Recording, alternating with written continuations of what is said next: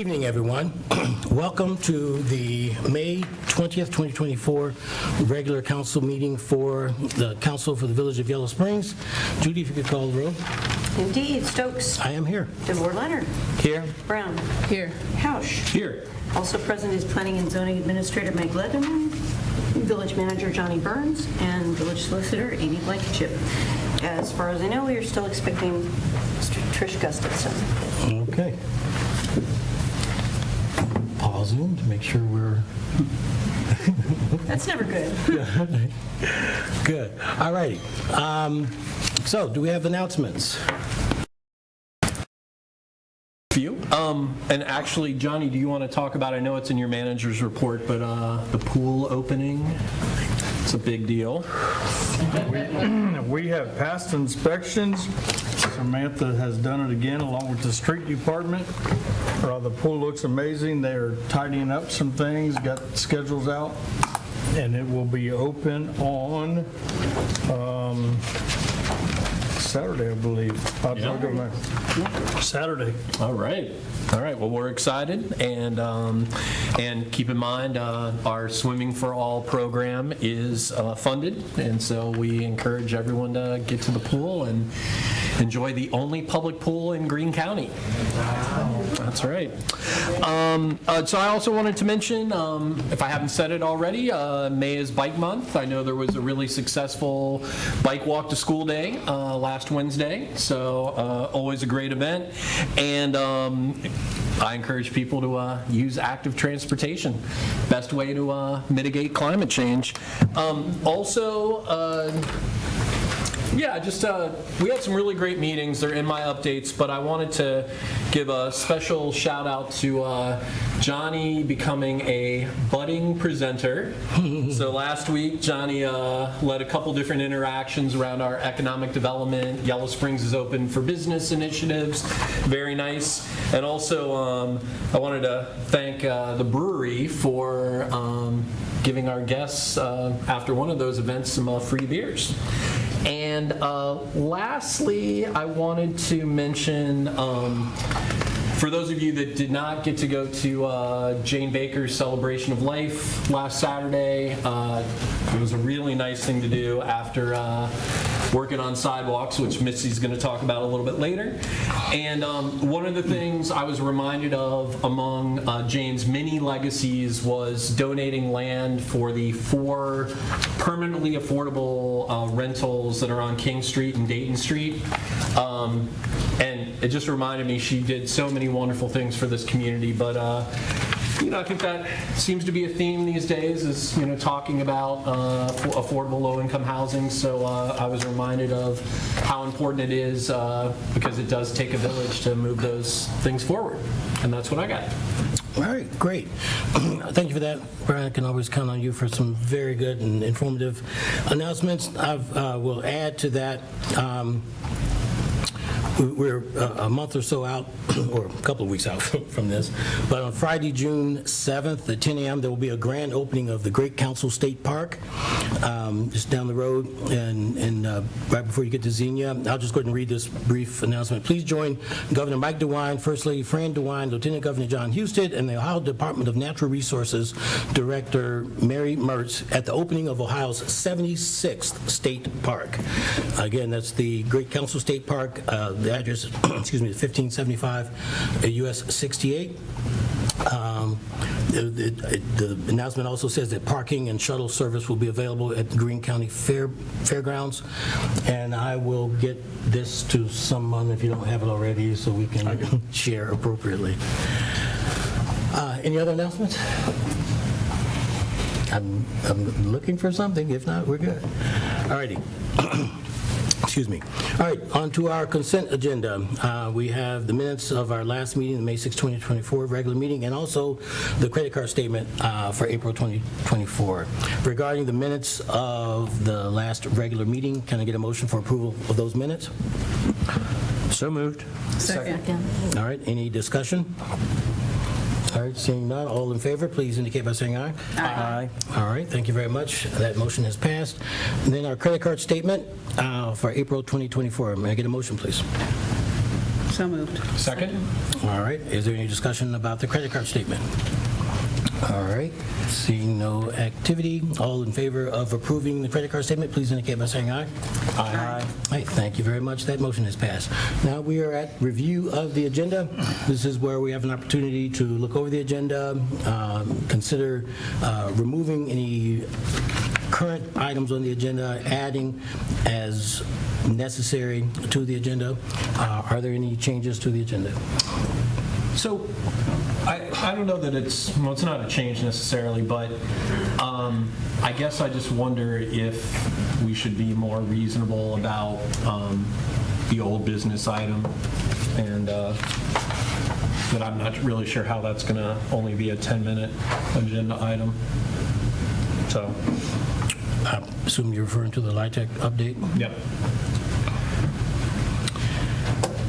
Well, tell you what, why don't we make that a loose 10 minutes?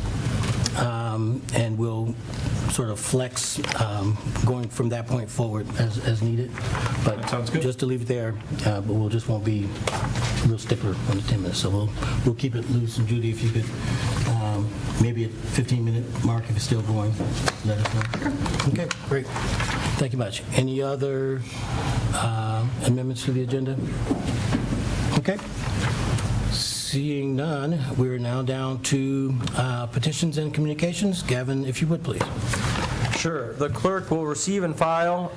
There were the mayor's monthly reports from the mayor's clerk, and then Judith Hempfling on the school board and Housh. Tracy Collier on a thank you for the sidewalk grant, as well as on opposition to the low-income housing tax credit project on school property. Sarah Wallis also on the opposition to the LIHTC project on school property. Judith Hempfling on the school board meeting. I guess that was number 2 on the same subject. And then Dino, Pallotta related to the school board meeting and Housh as well. All right, great. Thank you for that, Gavin. Before we go into public hearings and legislation, we do have a second hearing and an emergency reading of an ordinance. The chair will entertain a motion to read those items by title only. So moved. Second? All right, all in favor, please indicate by saying aye. Aye. All right, thank you very much. Now, on this particular ordinance, Judy, I had a question, and I don't know if we got it resolved. Shall I just press on? Well, you must press on because one cannot take Understood. take a poll. So everyone knows that it's coming, but has not discussed. Understood. All righty. That being said, Judy, if you could, read by title only, ordinance number 2024-06. This is repealing Chapter 220.01 Rules and Procedures of the Codified Ordinances of the Village of Yellow Springs, Ohio, and enacting new Chapter 220.01 Rules and Procedures. All right, can I get a motion? So moved. Second. All right. As we begin to discuss this, I am going to open the public hearing, since this is the second reading. And the item I was referring to earlier is this particular version of the ordinance. It's council rules, and it talks about our meeting at 7 p.m., but there's been some recent discussion suggesting that we consider maybe changing that time to 6 p.m., an hour earlier. I don't know if that discussion has grown legs, but we can certainly do that now. So, Johnny, well, I'm turning to you. I understand. Maybe I should. Okay. I am under the impression that staff first raised this issue. Yes. So could you just give us some background on that, please? So waiting around until 7 o'clock so everybody else can get here. Staff doesn't go home. A lot of times staff is still in their offices working, waiting for the meetings. So we would like to see if we can move it to 6 o'clock so we can try to be home by 8:30 instead of 9:30, 10 o'clock. All right, well, thank you for that. council. It is here on the table. With regard to the entire body of the ordinance, we've certainly had time to read it, go over it. I don't think I heard the discussion about the 6 p.m. change before our last meeting, so this is the first opportunity I've had for us to consider that change. Please share your thoughts. And again, this is a public hearing. So question, staff works till 4:30 typically? Well, it depends on which staff. Public Works works until 3:30. I'm here at 6:30, 7 o'clock in the morning as well. So a lot of us come in at 7:30, 8 o'clock. Okay. So is there consideration to even start it earlier for that reason? I mean, is 6 early enough? I'm game for 5 o'clock. Well, I'm just Maybe saying, 'cause if it's, again, I worked in the public sector, so I know we started our meetings at 5 for that reason, so that in consideration of staff, if it worked with the elected official schedules. We played around with it a couple of different ways throughout the years, but that's what stuck the most. We played around with it, but we're also considering some people may not be off work to be able to get here at 5 o'clock. So that's the reason why we come over 6, kind of split the middle. Okay. I'd like for each council member to weigh in. So the only thing that comes to my mind is, so township meetings start at 5? Is that right? I mean, I'm not saying that's a main I'm seeing consideration. a yes from the Okay. Oracle. All right. So just, they meet on first and third Mondays at 5, so, but So you're saying, like, if somebody wanted to go to both? I'm not saying that's our main consideration, but I'm just, just wanted to bring that up. I'll just say, I don't have any, like, I'm open to it. I don't have a, if part of the question is, do we have scheduling conflicts? As long as we know when it's coming, we'll plan around it. Carmen? I'm in favor of starting at 6, primarily for this reason. There are certain staff members that we have to have at these meetings. And, working at 7 a.m. and staying until 10 is, I don't want to do that to anybody.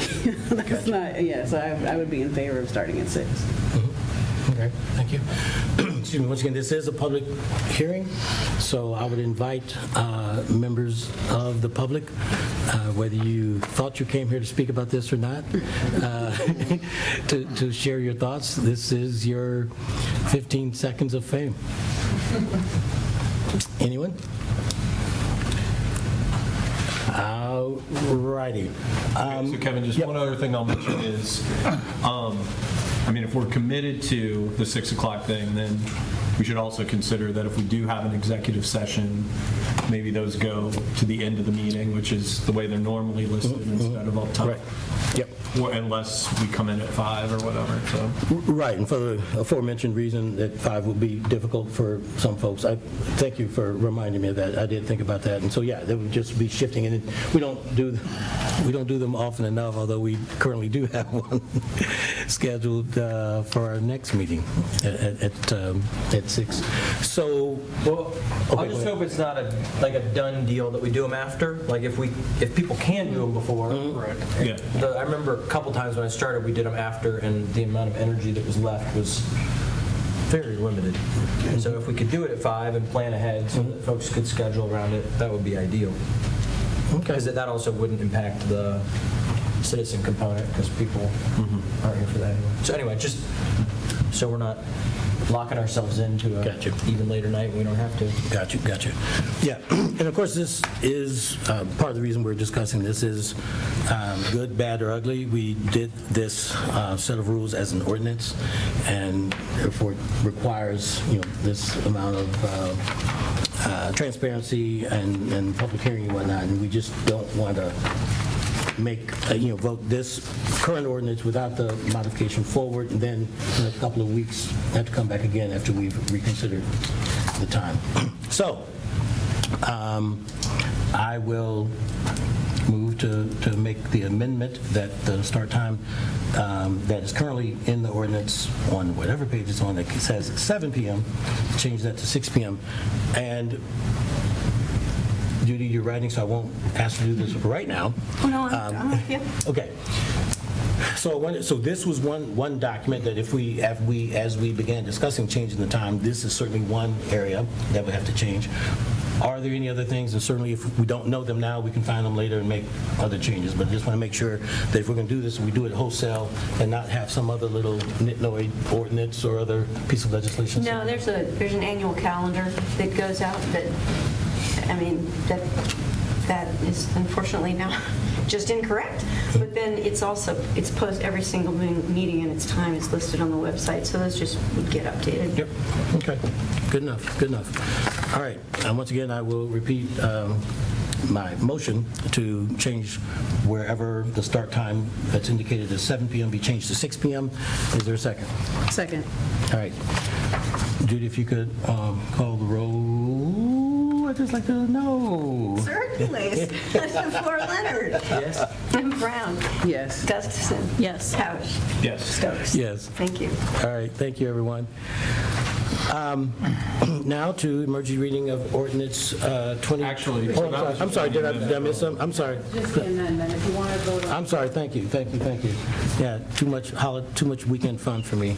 You were just so excited about that 6 p.m. meeting. Yeah, I'm trying to get ready now for 2 weeks from now. Thanks, everyone. Any other comments? Thank you, everyone, for keeping me honest. Any other comments on the legislation and changes? All right, thank you. Now, thank you, you're so kind. I did think about that, but I'm just too excited. The public hearing is closed, unless someone wants to come up and talk about it. All right, thank you for your indulgence. So the public hearing is closed. We've had motion and second for the ordinance itself. We've done the modifications, that's all in order. So now we are voting for the modified ordinance. So Judy, if you could call the roll on that issue. Correct. Brown. Yes. Housh. Yes. DeVore Leonard. Yes. Gustafson. Yes. Stokes. Yes. Thank you. All right. I'm going to take my time, take a breath. All right. Now for emergency reading of ordinance 2024-07. Judy, do that by title. This is amending Section 201 of the Personnel Policy Manual to update employee classifications and to create new positions and declaring an emergency. All right. Can I get a motion? So moved. Second. All right. I see action happening out there. Hi, good evening. Good evening. So this is an ordinance to amend the personnel manual. We do it by ordinance because it's built into the charter that the personnel manual is approved and amended by council by ordinance.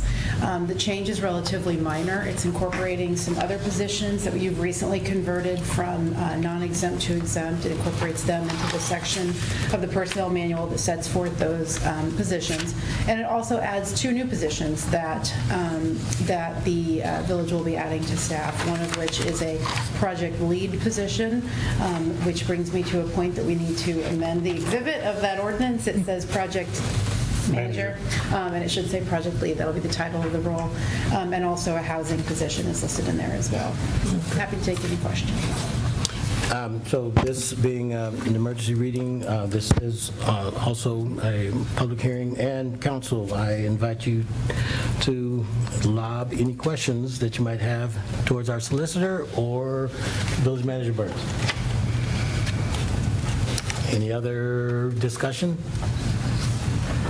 I mean, I think the only other thing is I noticed it's a project, I guess, singular lead, because there's also projects in some of them as well, so just being consistent. Okay. You got that? I do. It was my error, so Is I got it. that minor enough for us not to have to go into? Well, I think so, just because you've got a resolution following that does name that same position as project lead and call it a clerical error. Okay. All right, well, we will eradicate all clerical errors and move forward. All right, last call for discussion on this ordinance. All right, Judy, if you could call the roll.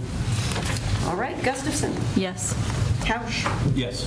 DeVore Leonard, Yes. Brown, Yes. Stokes. Yes. Thank you.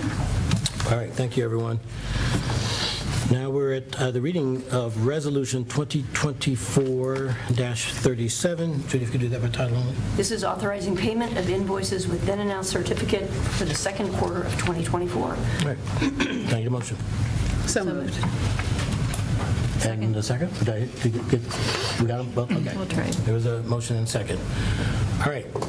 Who's, I can explain all about this. Okay. Speaking of clerical errors, this would be entirely all me. Yes, I did not, in fact, submit that invoice for payment in a timely fashion.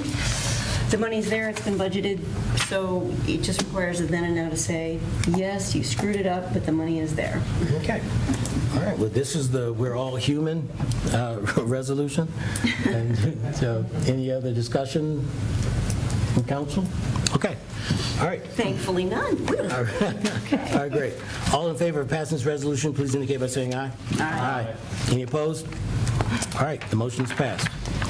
All right, we're down now to the reading of Resolution 2024-38. Judy, if you could do that by title only. This is approving a job description for project lead. Can I get a motion? So moved. Second? Okay. Ditto.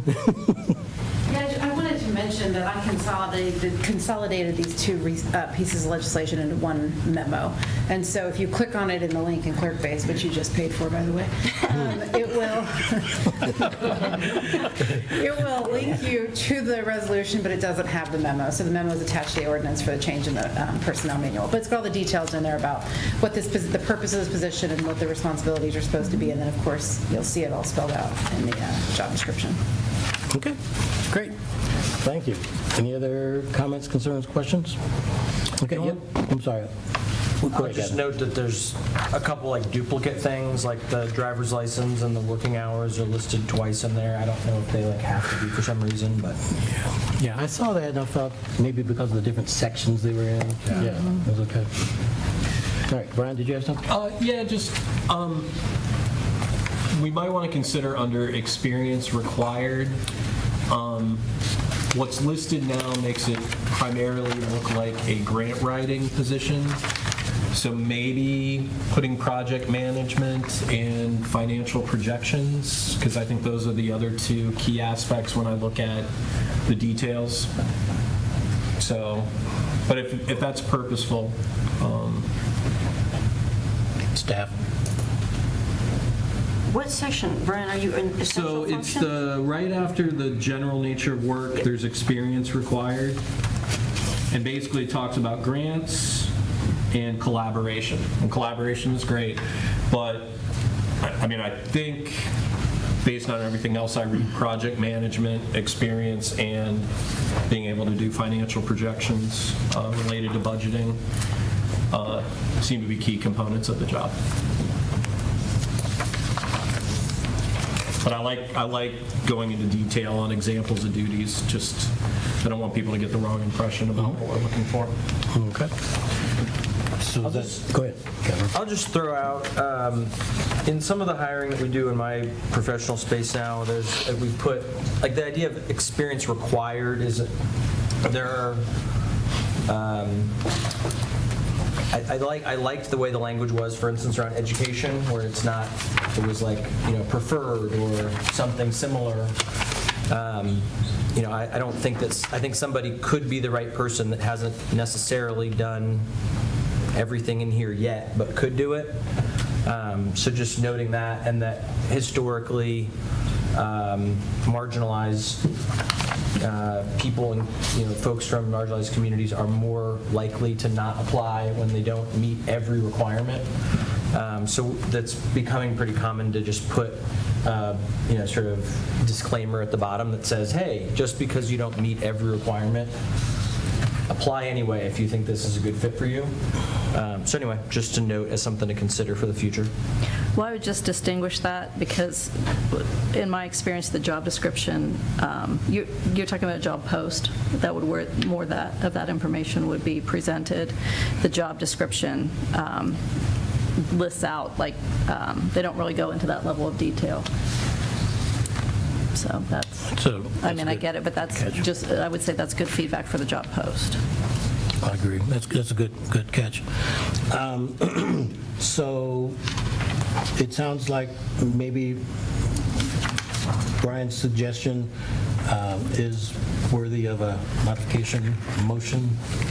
It's as, in a manner substantially similar or similar to, so you don't need to, you don't even need to. If you're happy, I'm happy. All right, any other discussion before we vote? Okay. All in favor of approving this job description, or this resolution approving a job description, please indicate by saying aye. Aye. Any opposed? Thank you very much. The motion is passed. Now, if we could read by title only, Resolution 2024-39, if you would, please, Judy. This is authorizing the village manager to purchase annexer electric meters for ongoing electric meter upgrade and replacement. Can I get a motion? So moved. Second. All right, thank you very much. Johnny? This is me. I guessed. Okay, this is the tankless meters for the electric. The price and lead time have both increased substantial. So we're asking to purchase phase 3 and 4. We can possibly have them by December if we do 3 and 4 together. But the cost from the last time we bought them till now has went up about 35%. So we had budgeted, that's what the old budgeted number is $250,000 for the next 125 each section. The new price is $59,000 above what we budgeted. So we want to reach in, capture it. If you're willing to do so, we'll bring back a supplemental to be above and beyond what we budgeted for this year. Okay. But we want to be able to, that will get us 100% of the electric tankless system on the businesses and residential. There's 1,250 residential and there's 78 commercial meters. All right, good. Any questions for village manager? Yeah, right. I mean, I think the only thing is just to highlight that obviously we have that in the electric capital fund budget, especially after the sale of Rex. Correct. So it makes sense to me. Okay. Carmen, we made eye contact. Okay, well, good enough. All right, that's pretty straightforward, and thank you, Johnny, for mentioning about the supplemental, because I was going to ask a question about that. Okay, are we good? Okay, all right. If there's no other discussion, all in favor of approving this resolution, please indicate by saying aye. Aye. Any opposed? All right, the motion is passed. Thank you very much. We're now, to citizen concerns. We are cooking.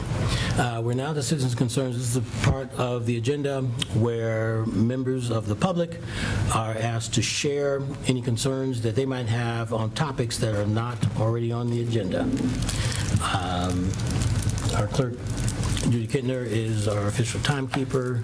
We would like to ask you to try to keep your comments to 3 minutes, and I will remind you that council is not obligated to respond to your concerns real time. All right, are there any citizen concerns? Intriguing. Well, because the big topic's on the agenda. So. All righty. Well, okay. Well, you wait. Just slow down. Let me. That's why everybody's here. Okay, well, everybody's here to talk about water. All right. Wastewater, not just water, not just the award with water.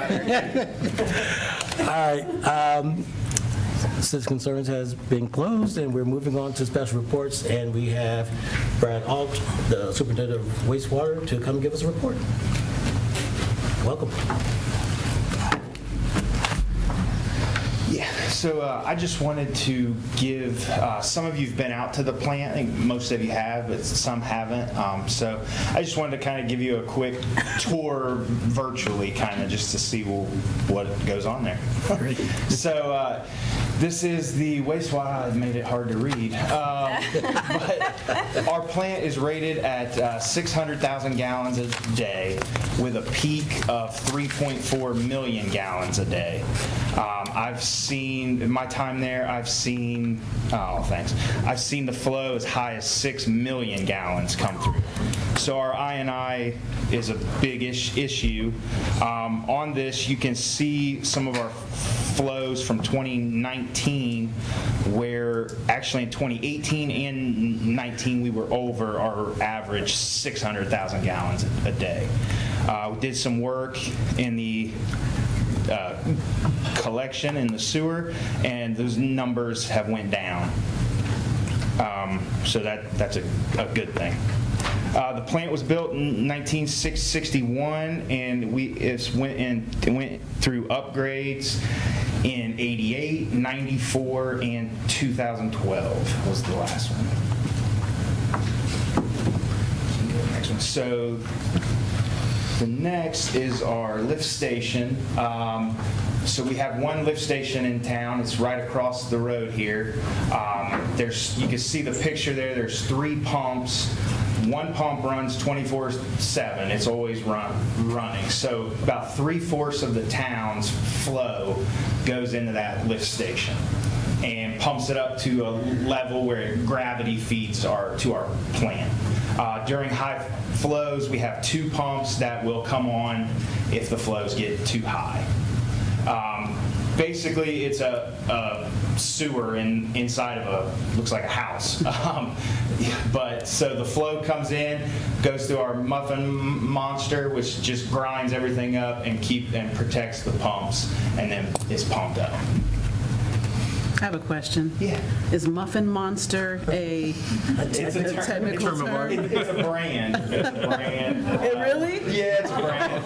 But I mean, it's kind of like Kleenex or something. Right, I got it's you. The brand. I got you. Somebody has Yeah. I wish I didn't got you, but I got you. So from there, it flows to our plant. This is a picture of our gate that we have set coming in so that we can set how much flow we get into the plant. So this picture was from a high flow event. Normally there's very little water in there. And what that's showing is there's too much coming in, so it bypasses the plant and goes into our overflow basin, which I believe is the next picture, which is basically a big hole in the ground that holds 2 million gallons. So if we have high flows, that'll fill up. When the flows die down, we'll pump it back. After there, it goes into our headworks building. So what goes on here is we have a screen that is about 1/4 inch thick, so it'll filter out anything that could damage any pumps downstream. So that it runs based off the flow coming in. If we have higher flows, it'll run faster. If the flows normal flows, it'll just run every 15 minutes, and it'll dump it in the dumpster. The other process in there is our grit removal. If we have high rain events, the road grit will get washed in, and we have to remove that. The next process is aeration. So this is where all the work is done. This is where the influent flows in, mixes with the solids or the bugs, microorganisms, and this is where all the nutrient is removed, eaten up. That's where the bugs do all the work.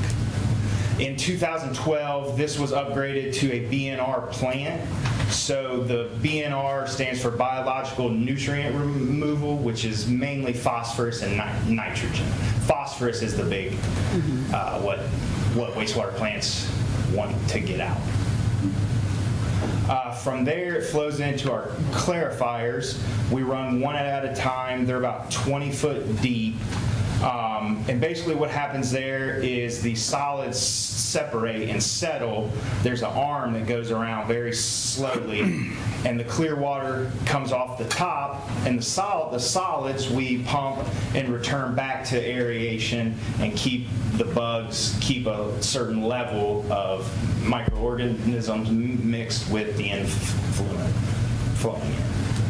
And those are the RAS pumps that pump from the bottom of the clarifiers back to the head of the, or to the aeration.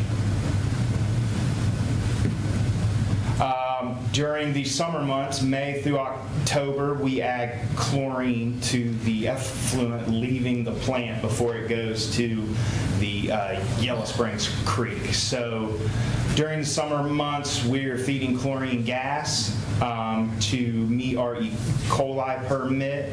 And then right before it goes out, we remove the chlorine, so no chlorine actually goes out to the stream. That is a picture of the effluent leaving the plant. So you can see all the baffles in there.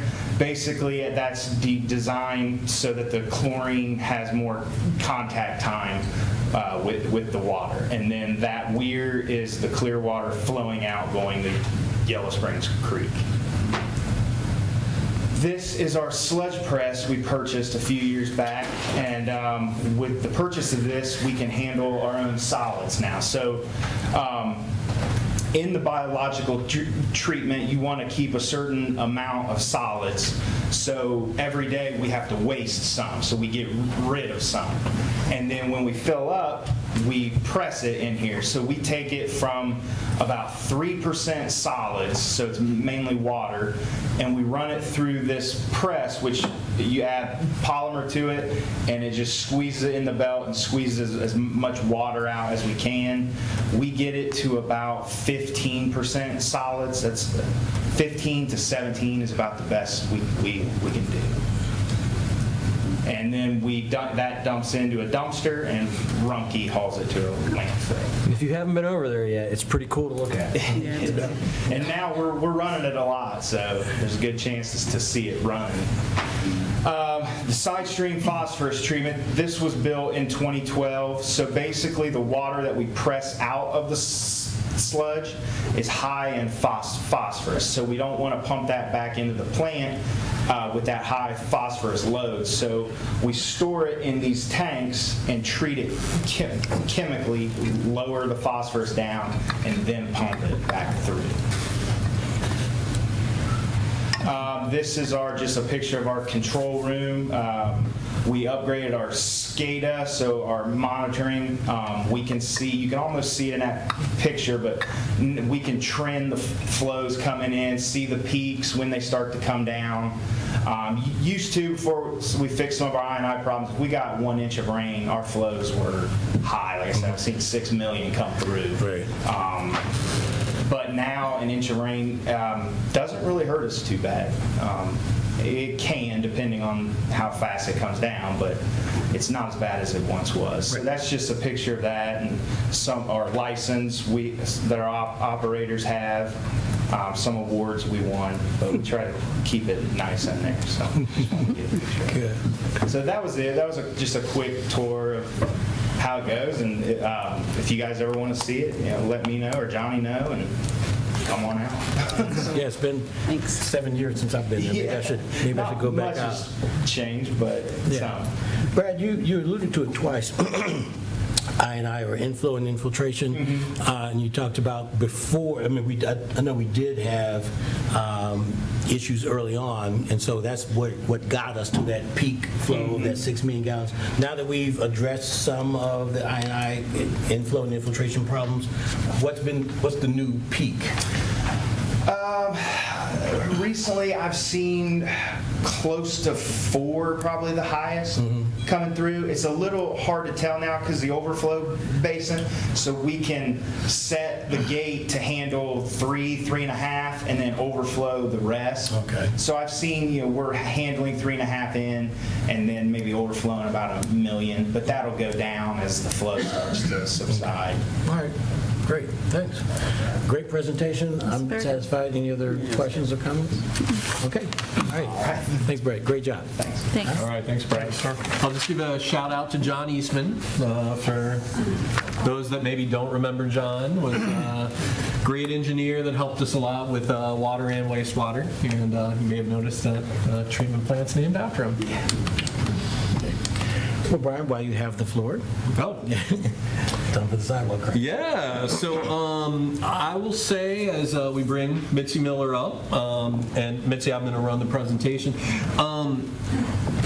We had, this was the first time, well, second time that I've been out there doing that sidewalk work, and it is hard work.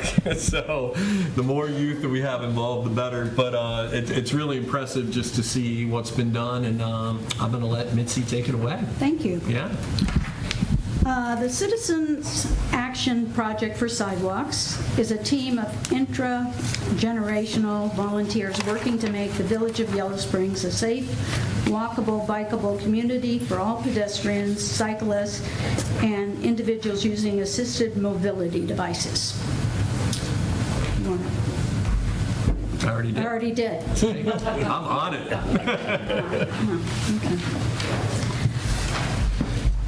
What we focus on is education, surveying the sidewalks for repairs and replacements and visual obstructions. We work collaboratively with the village to make Yellow Springs a safe, walkable, and bikeable community. We provide ideas for weed mitigation. We're volunteers that actually do the work. And this year we've had 2 cleanup projects, one on Dayton Street, the other one just this weekend at the high school and the elementary, and cleared everything we had set out to do. We also work with youth and trying to get them involved and working in the community as well. What we do, we're clearing sidewalks, certainly as a community responsibility and effort. We do it because we believe that Yellow Springs needs to be a safe, walkable community. And we also are concerned about cycling as well.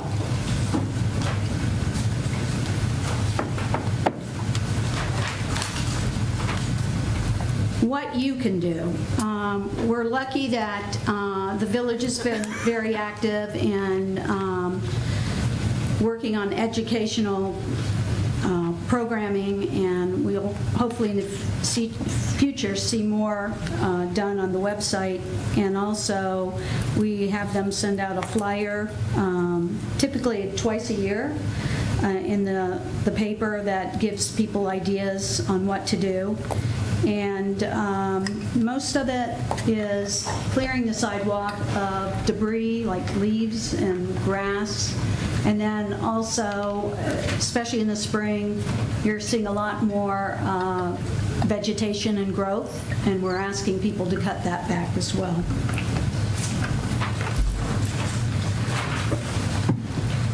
Greater Partners, I'm really, really proud of all the different players involved. And first of all, I want to thank our volunteers for the hard work and the commitment they have to make Yellow Springs a safe, walkable community. We also have the Yellow Springs Youth Action Board, and they've been involved in clearing sidewalks.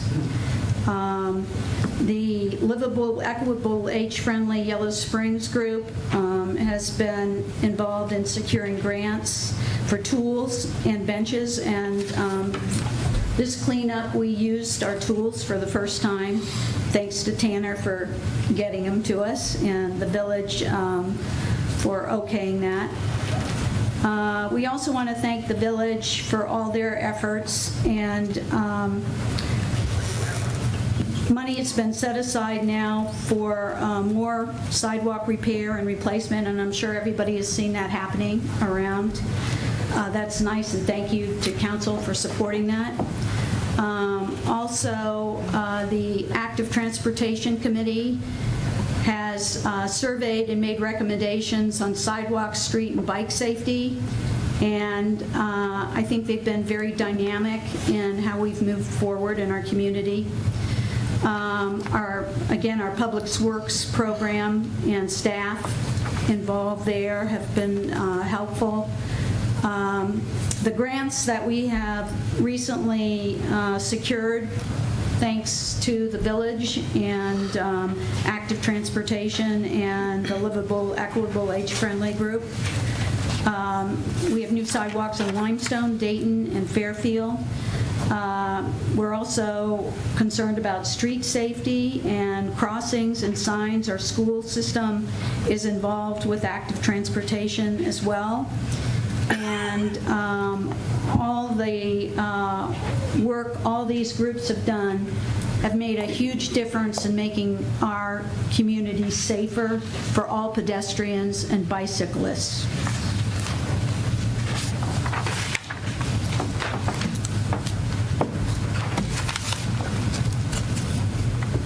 It has been great to collaborate with so many different people and organizations. It takes a village to get this to be a safe, walkable community. And what's next? I think, we all have to keep the message and educational efforts in the forefront. Being kind and clearing our sidewalks is impacting all pedestrians. We need to look at how we can improve our investigation and enforcement. And our group, the Yellow Springs Citizens Action Project for Safe Sidewalks, will be continuing their role in volunteering and clearing sidewalks as well. Are there any questions?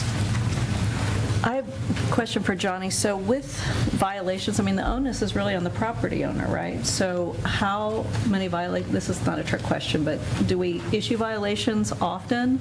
Do we have somebody that goes out regularly to check properties? I'll let Maggie answer that one. Yes, please. Yeah, hi, I'm Meg Leatherman. It varies quite dramatically with the seasons, and I work really closely with Mitzi. We are complaint driven when it comes to most every code potential issue going on, but right now, let's see, I've had, today's Monday, right? 3 complaints just today on different things. I first take it in, I investigate it, I don't just take it on someone's word calling in. So I go and I'll drive by and then I'll write a letter as our first step, and I would say probably about 90%. Sometimes I call, actually, sorry, backing up. Since I've been here longer too, I know more people, so I don't just write a letter. I will call people and just say, hey, someone's caught, and kind of more casual approach. Sometimes that works. I would say typically 75%, maybe even more than that, maybe like 80 since I've been here, comply just with that initial phone call or letter. And then after that, I haven't gone through that process here yet. I have like 2 that I think will potentially need this. We take them to, next step is the police, my understanding, and we issue a citation.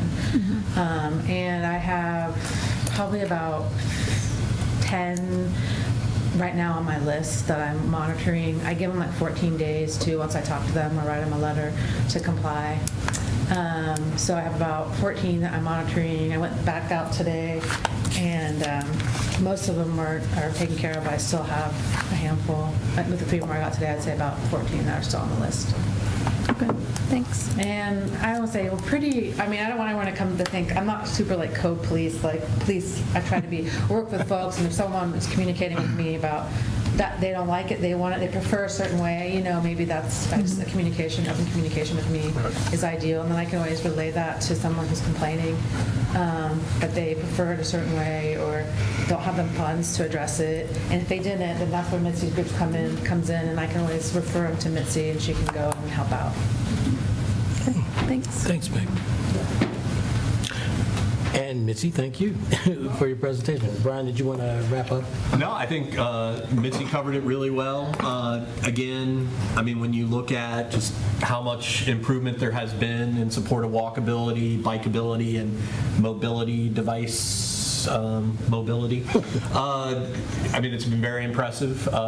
We appreciate all the efforts, and it was nice to be out with a lot of volunteers, and I would totally suggest with those new tools. It's still hard, but it's great work. Definitely it's easier with the right tools. Yes. All right, great. Thank you all for that. Okay, looks like we're at the manager's report. Johnny? take it Well, away. my first thing is Meg's been busy. That was already a note on there. On top of doing phone calls and letter writing, she's also got a lot of permits coming in, as you can tell by her report there. And then pool opening, May 25th. Samantha is excited, and they are actually putting on a lifeguard class. You'll see some stuff coming out on the website. They're hosting a lifeguard class to train you how to become a lifeguard. So more to come on that one. We did get an update on the Vernay. They have sent it back to the EPA for the review. So now it's back in the EPA, the US EPA's hands for the review of what Vernay's has done. So So all those questions about all the origins questions have been answered. Now the US EPA is reviewing those again. Okay. Lawson Place, we had a line break underneath of a sink, so got called at 6:15 in the morning. We got over there and got it fixed, so just keeping you update on that. The Europe program numbers are on there. We still need to work with Amy on getting that finalized and updating that procedure. So right now, we had too many requests to be able to fulfill this month with the low budget, so we are holding off and hopefully be able to pick it up soon. Judy is setting up team building for staff and for council. She's getting that all planned out for us. We have locked in some dates for staff, and I think the council's back out. Brad gave his report. I just want to let you guys know, Brad is, I think, the third longest tenured employee we have. He started out as a summer help With Jackie. with Jackie, and he is now the superintendent of water, wastewater. He said we have one lift station until like another 6 months, and then we'll have 2 lift stations. So he'll be handling that one as well. He helped design it. That way it uses the same technology as what he already has. So he'll be taking on some more responsibility there. They did enter the water. We got 3rd place. Still better than what we used to be. We had to let some other people win it so they can show some love too. So the competition is probably rigged, but that's my excuse. Let's strike that. The RRFBs are going in, if you've noticed, by the railroad station there. They have them on Dayton Street. They was working on them. So hopefully by the end of the week, now that we have some good weather, they'll be getting the other 3 sets in. There'll be one on Zinnia Avenue at the train station, one on Dayton Street at the train station, one at Winter Street, and one further up, I believe, at High Street. And RFB is rectangular rapid flashing beacon. Man, you're on it. You're trying to get that yellow jacket. I do that. So, the big news on the electric crew, they are getting prepared, they're getting everything laid out, so when they are gone, they will be here next week. I have invited all of them to come to the June 3rd meeting. We will have a presentation on the Light Up Navajo. We want to send them off. They're actually leaving on the 14th, so we'll be having another council meeting while they're gone. I'm having them come do a small presentation. They're going to show a video so they can talk about it before, and then in July, they'll be coming back with their own video that they're taking some pictures and some video, and Ben's going to put together what they was able to see, what their experience was, and then they'll all come back and give a follow-up to the trip that they've done. So they're all looking forward to that as well. We have a street fair coming around the corner. It's coming faster than what I really wanted it to, but it's going to be here before we know it. So that is June 8th. So we got a lot of work to do prior to that and getting the flower beds mulched and the striping done and all that. Look forward to ordering the TuneNet to where we can get that system 100% done. Rose has made some phenomenal leaps and bounds on the water or on the electric loss. She's catching the water loss with some high reads on the water with the same system. She is finalizing, hopefully, to be able to get the RFP back out again next week for the second rounds of bids since the first one didn't work. There is a note about the filling your pools in there. If you're got a pool and you don't want to be charged sewer when you're filling your pool, contact the office. They'll send Rose out there, take a meter read before, a meter read after. You won't get charged for the sewer. And Johnny, can you explain that to the public why? Well, whatever you pump out of your hose, if you don't tell us that you're filling a pool, we're going to charge you the sewer, because the sewer is based off of how much water you use out of your meter. So if you're watering your garden, I think there's a summer sewer adjustment for garden watering. Same thing with the pool. If you put 10,000 gallons of water in your pool, you can save some money by telling us and getting us on board so we're not charging you a sewer, because you're not going to pump it back out and take it down the sewer. You're going to release it in your yard at the end of the season. Okay. Jeff, real quick, just on a percentage basis, in terms of utilization versus the sewer, what percentage of the water utilization would the sewer? About half. About half. Great. About half. All right, thanks. I'll fast forward all the way to Sam's beautiful pictures. I cannot believe, again, from 2014 to 2017, you would not have water this clear without chemicals. This is straight out of the hydrant. This is no chemicals added. That picture is straight out of the hydrant the day that the pool was full. So again, Brad and his team, Ben and his team, Tanner and his team, and Samantha, they're doing an amazing job, and we are very lucky and fortunate to have such a great team. And let me go to Slinky. It's going to be... Slinky will graduate on this Friday. I got to visit with him today. They brought him, his new owners brought him in. The little 10-year-old boy and his family are in. They're training him. Slinky was doing a fantastic job when he come into my office. The dad just thinks the world of him. I did try to get him a Bengals backpack to go to Philadelphia, but the dad wouldn't accept it. But I want to put, I feel that it's necessary. Slinky is through Four Paws for a building. And at no cost for the vet bills, the food, we are just helping train that dog to be able to help somebody out. It doesn't cost the village a dime. There's more staff downstairs and in this building that buys toys, that buys beds, that does things for that dog that we're not taking from the taxpayer dollars. I know that social media, there's all kinds of stuff out there. But what we did from August to today means the world of difference to the little boy in Philadelphia. And staff and council should be excited about the work we did. With that being said, We have a new one coming.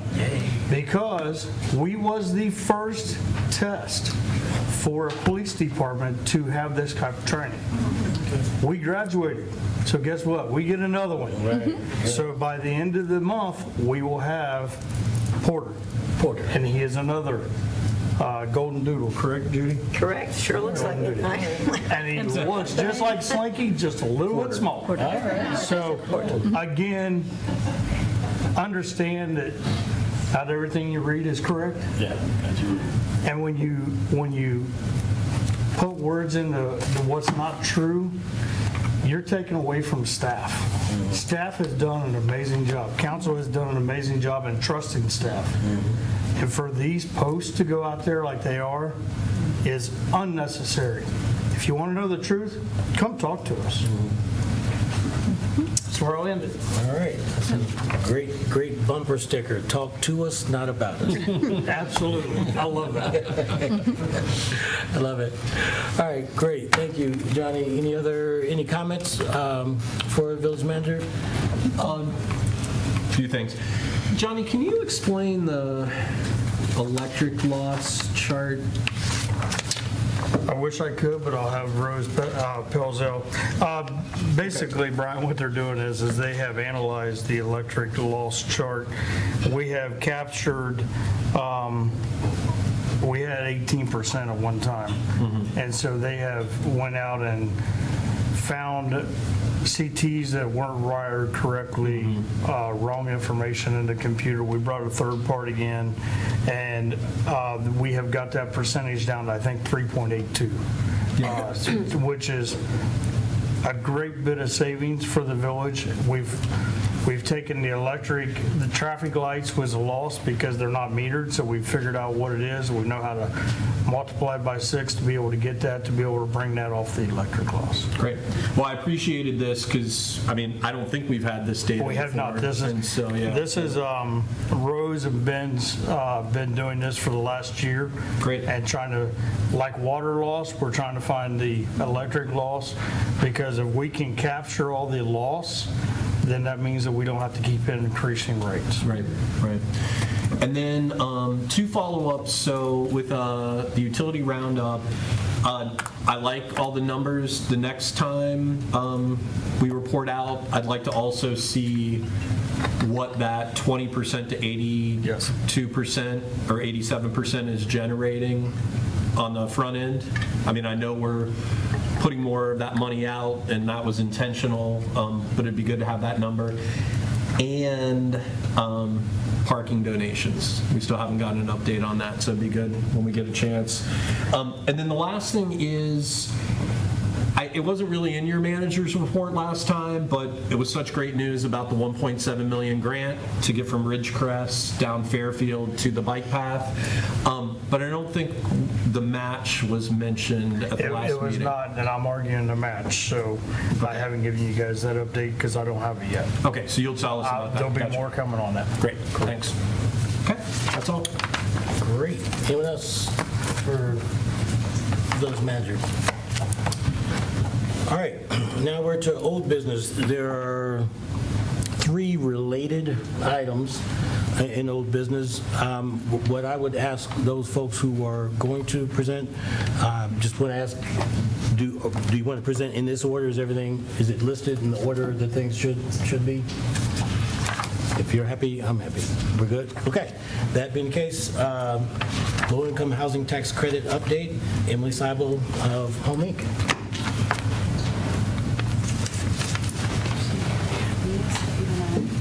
Take one and pass it down.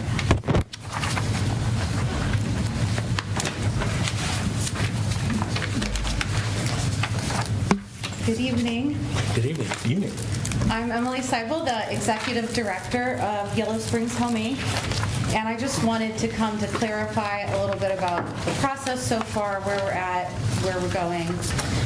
And this is really to follow up on the conversation that we started last September.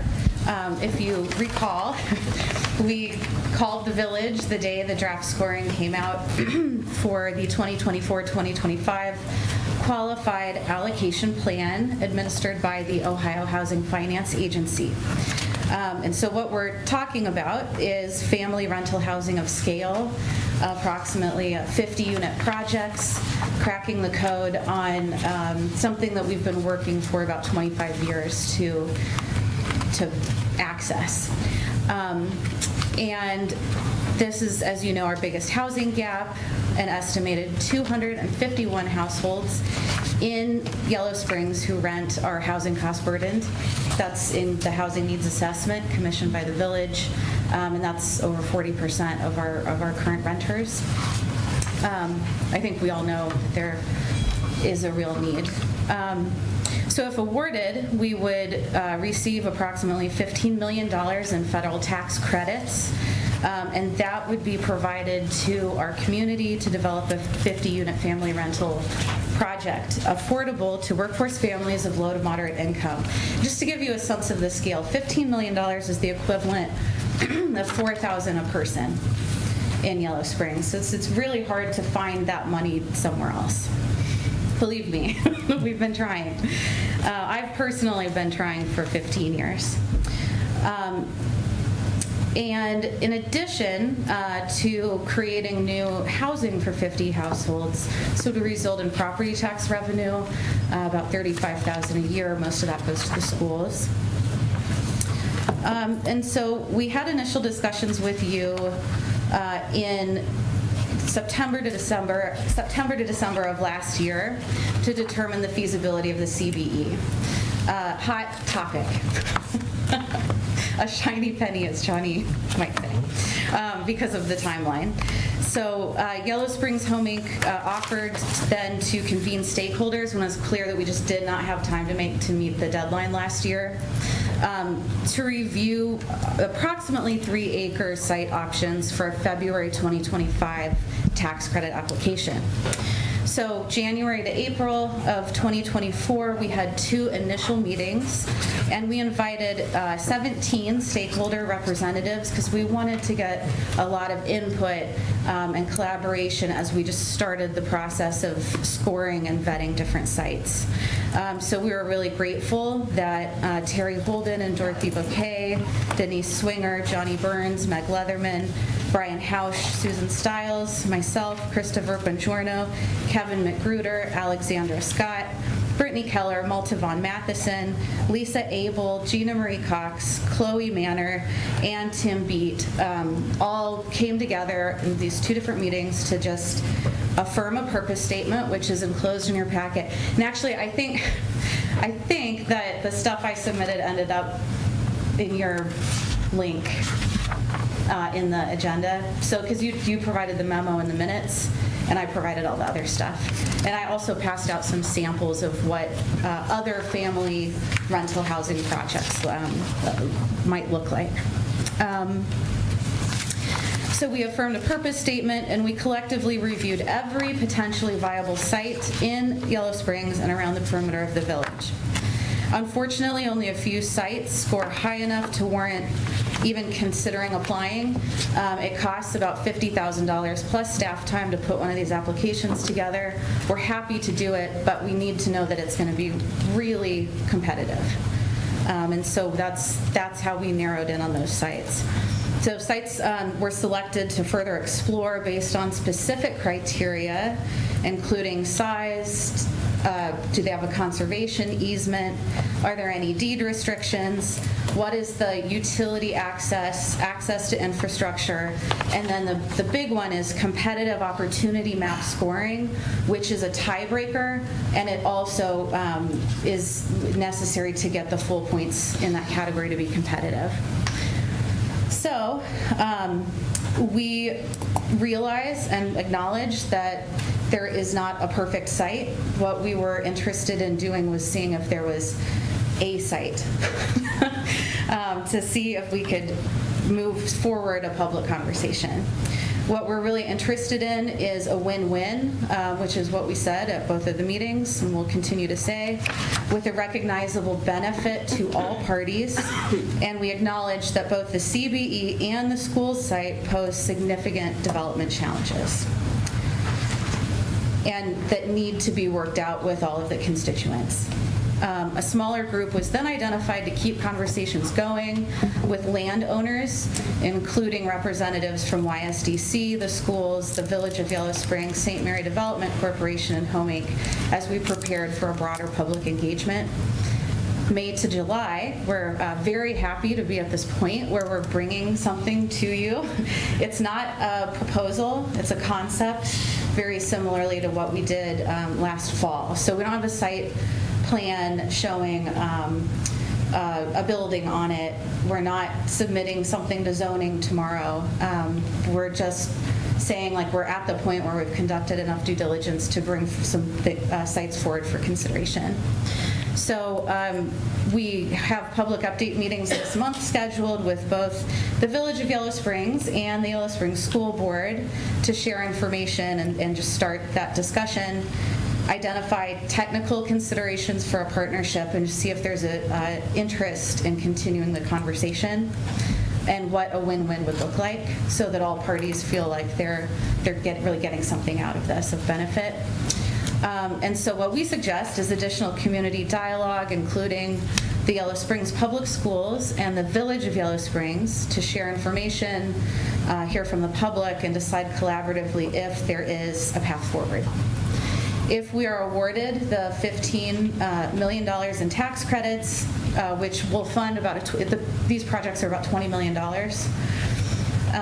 we would begin the tax credit application preparation and complete rezoning June, July of this year through January of 2025. And that is also a public process.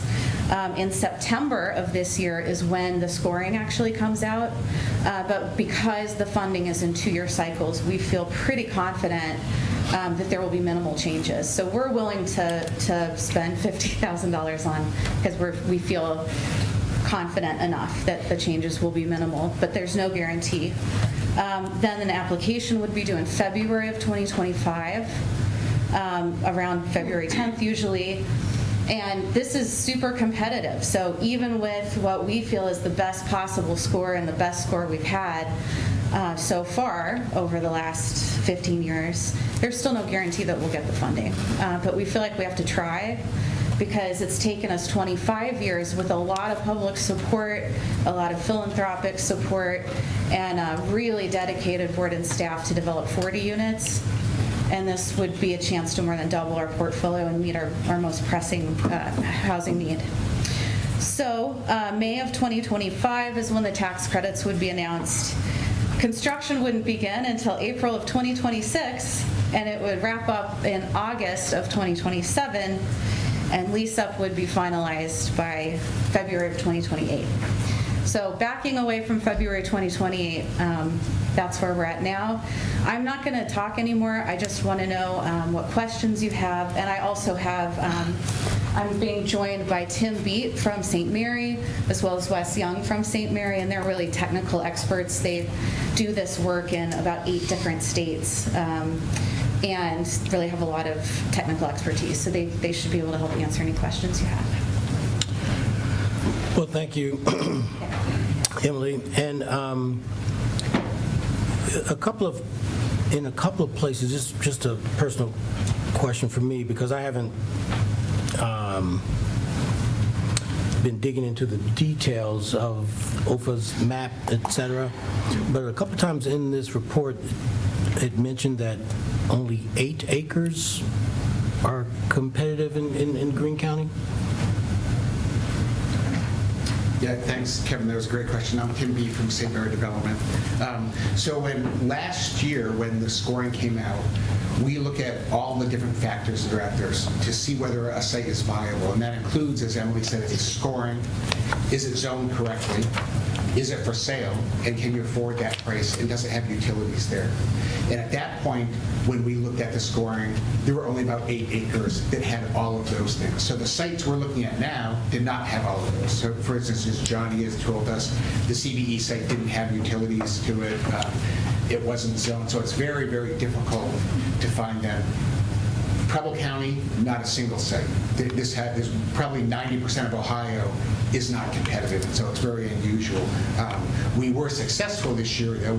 Out of the 24 projects that were awarded, St. Mary's got 2 of those, and one of those was in Fairborn and Greene County. So we've been very successful in figuring this out, but you have to maximize all of those things. So it's not unusual. 8 acres is actually pretty good compared to like Preble County. Okay, all right. I do have a question for you while you're there. If this project were to move forward, are you willing to commit, or can St. Mary's commit the funding that would be needed for the soccer fields if it were to move to another location? Because my understanding is $100,000. What the cost of those were, but these projects are super, super tight. So if that was expensive, no, we would not be able to do that. Okay. That would be, we could.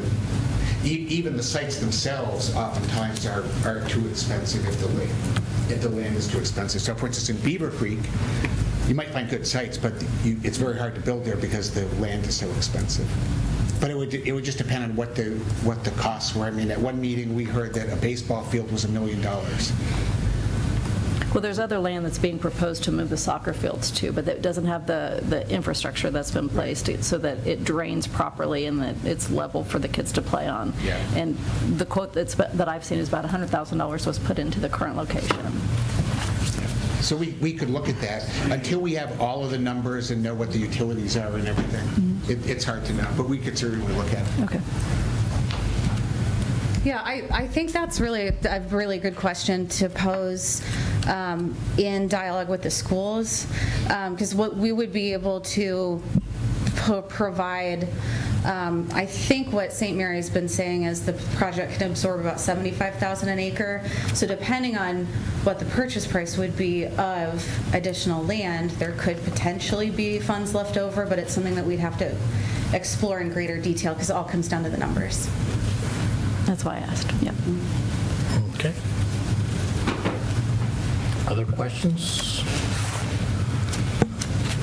So I just want to be super clear. So the score of 80, it just isn't enough, right? Like if the assumption is that you cannot. So there's been obviously, I've heard multiple people ask me about this, that, well, why can't we use some other land? And I just want to make sure we're as crystal clear as possible that if we get an 80, which is what is available in other parts of the village, that's going to mean that we're not going to be competitive. Am I understanding that correctly? That's correct. So typically, like this year, I think there were 64 applications, 24 were awarded. And most developers look at that, and if you miss more than probably like 2 points, it's super risky. So the 80 versus the 94, just a deal breaker. It would be like 1,000 to 1 shot to get something like that. And so the scoring is the biggest thing to look at to figure it out, because if the scoring doesn't work, it doesn't matter whether you have utilities and the land's free and everything. If the scoring doesn't work, it doesn't work because they just score all the sites in the state and they rank them, and it just depends on where you fall. And it's kind of a fluke, as Emily said. This year there's minor changes, then there will be major changes. And typically what we see is when they make those major changes, the sites that they just awarded the year before are no longer competitive. So this is probably like a 1 in 30 year opportunity from a scoring standpoint. Okay. So, go ahead. Well, I just had one other question. So the other thing that I've gotten multiple calls about is like, what about this? What about this?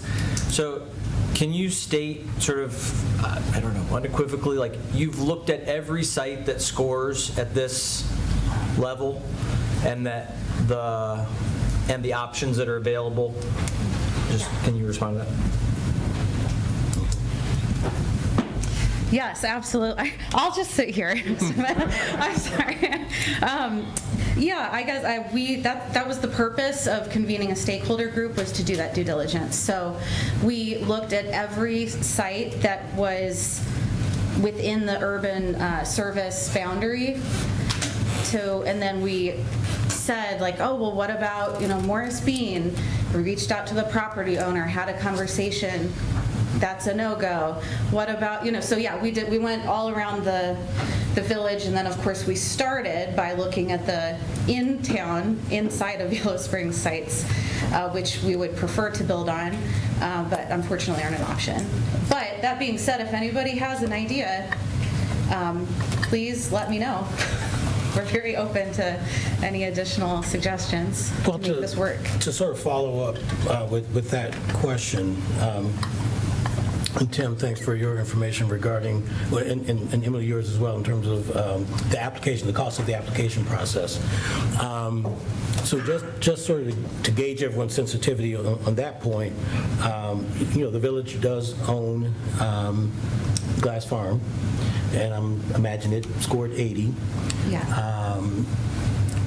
And if we were to remove the hindrance of the application cost by paying for the application ourselves, are we still at that place where it's still an 80 compared to 94? That is my understanding, but I'll defer to the experts. Yes, so we certainly believe there are better sites. There just aren't better sites that the state's willing to award.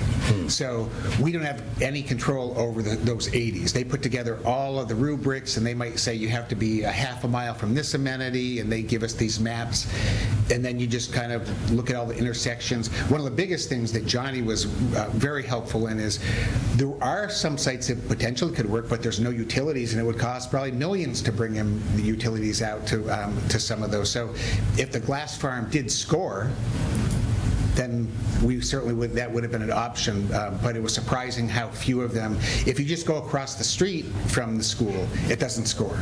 And when we, in these meetings, people had great, wasn't that there wasn't land available, but once you have that difference, there's just not a chance the state will win that, because they only awarded 24 projects in the entire state. And Wes, how many rural sites were? Less than 10. Less than 10. So you're competing across everywhere. So you really have to maximize and almost get that perfect score, or you just won't be awarded. Really quickly, you said across the street. You're not referring to the Superfund site? No, across Enon the other way. Okay. You go across the street and it's an 80. Okay. So that's, and we see this, it's just the way the state has always done it. Is it good housing policy? No. It's not. It's certainly not. There are better sites that would be better for people to live, but it's their funding mechanism. Right. One other clarification real quick. Wes, if you could come up. You get to get up. I get to get up. Yeah, it's a feeling in my legs. Yeah. Wes Shad from St. Mary. So I haven't looked at exactly what this is, but I think there are about 8 rural sites that were awarded. And the other thing that it further sifts it down is 60% of those sites rounded are workforce housing, family housing, which we're talking about here, and the other 40% are senior. So it's further reduced, maybe 5 out of the 24 were rural family deals. So it really is competitive. And the other clarification I want to make on if it's the site, I think it's a 94. It serves 2 purposes.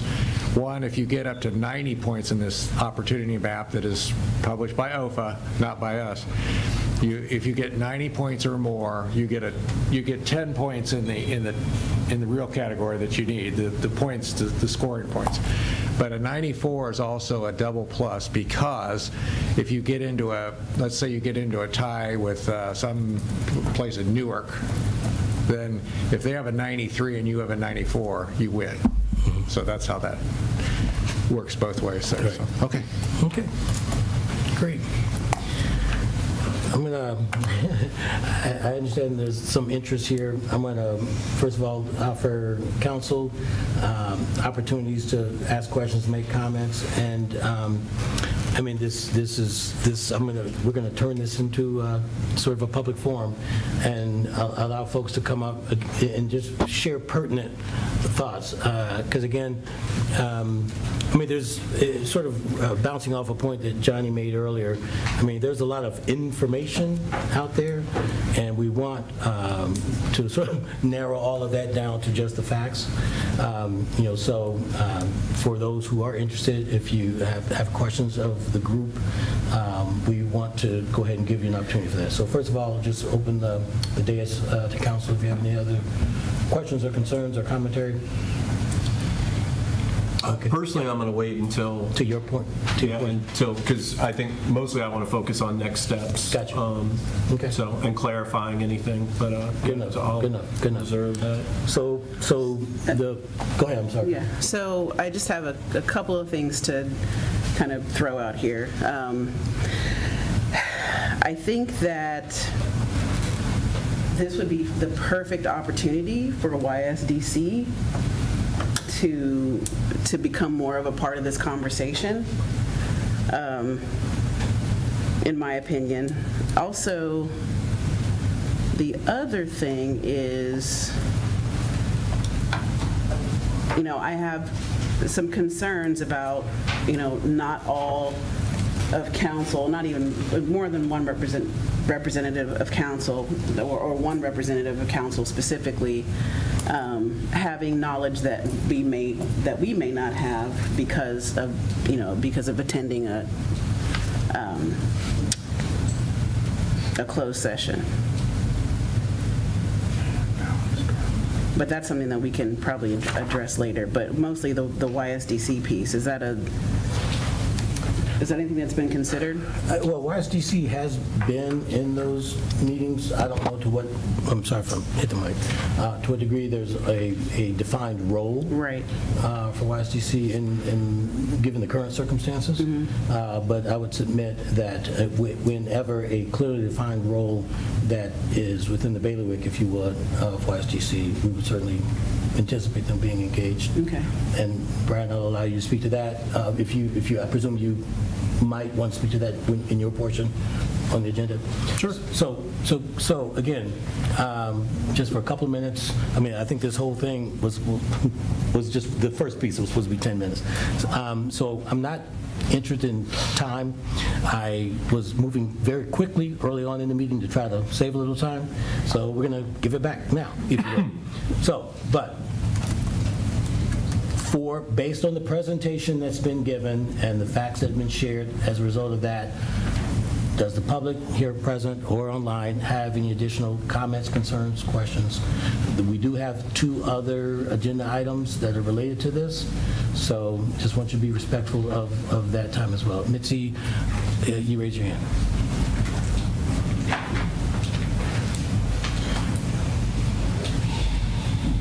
Well, my name's Mitzi Miller. I guess I've got some concerns. It concerns me that, Mr. Stokes, you made the comment that what if we changed it to Glass Farms and we paid the $50,000 or whatever it is for an application.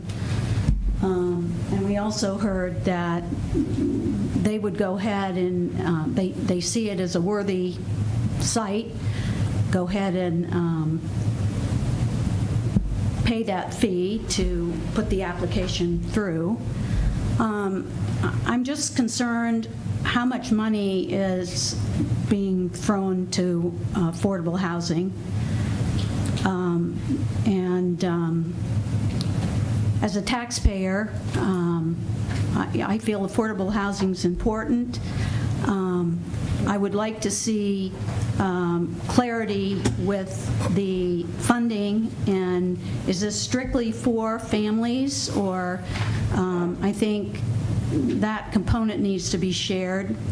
And I'd like to know from the village's aspect how it's going to impact the village, the costs, and is HomeLink again going to come again and say, we want your help, we want you to pay for, all the zoning costs there is, the sewer, the water lines. I think you have to be really cautious, and I want to hear from Johnny how this is going to impact the village. Well, let me first of all say, you can go ahead and take your seat. Thanks. Please, thanks. Let me first of all say that I think to a person, to a council person, we've been clear in our support for affordable housing. Housing in general of all kinds. The Bowen study was alluded to a little while ago. And there's talk about updating that. Well, we haven't accomplished what the current version of the Bowen study says that we should be doing. So in short, we need all types of housing. And I don't want to try to grade or rank one or the other, but we are committed to housing in general, affordable housing in particular. There's no type of housing outlined in the Boeing study that we are not going to do our level best to accomplish based on our needs. So Johnny or St. Mary's, I'm not sure who wants to stand up next. And let me also say this: it is unknown at this point whether there would be any additional funding requests, directly or indirectly, from Yellow Springs Home Inc. or from St. Mary's, but I will stop there because I'm only one of 5 council people. But if there's a salient point that St. Mary's can speak to regarding Mitzi's questions, if you could stand up and respond to it. If not, I'll be going on to the next person, who I think is Truth. Were you raising Truth or Dr. Magruder? All right, so I might suggest just get it all out, and then if there are responses to be made, make some responses. But if we engage in debate the whole way along, it may take a very long time. Yep. Dr. Magruder.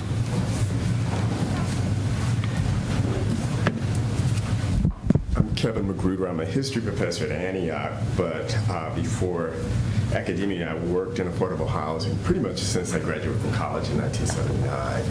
And the experience that's most relevant to this is I was director of real estate development for the Abyssinia Development Corporation in the 1990s when we developed 3 low-income housing tax credit projects, about 200 units over a 5-year period. The low-income housing tax credit is really the only funding mechanism available to do housing at scale. New York would be a very different city if that hadn't happened in the 1990s. We would still, the Bronx, Brooklyn, Harlem would still have a lot of vacant housing. And the low-income housing tax credit and the intentional plan, it was part of a 10-year plan that the city put together. And the city had the land and buildings. Low-income housing tax credit provided the bulk of the funding, just like we're talking about here.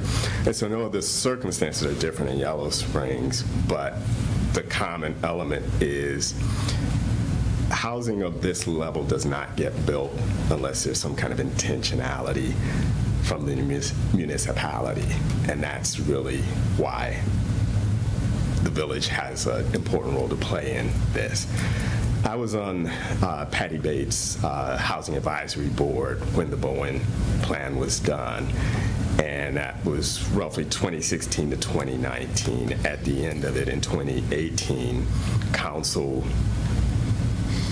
provided actually updated the vision for housing in Yellow Springs, and I won't read it, but the vision is a village with housing that's available to people at all income levels.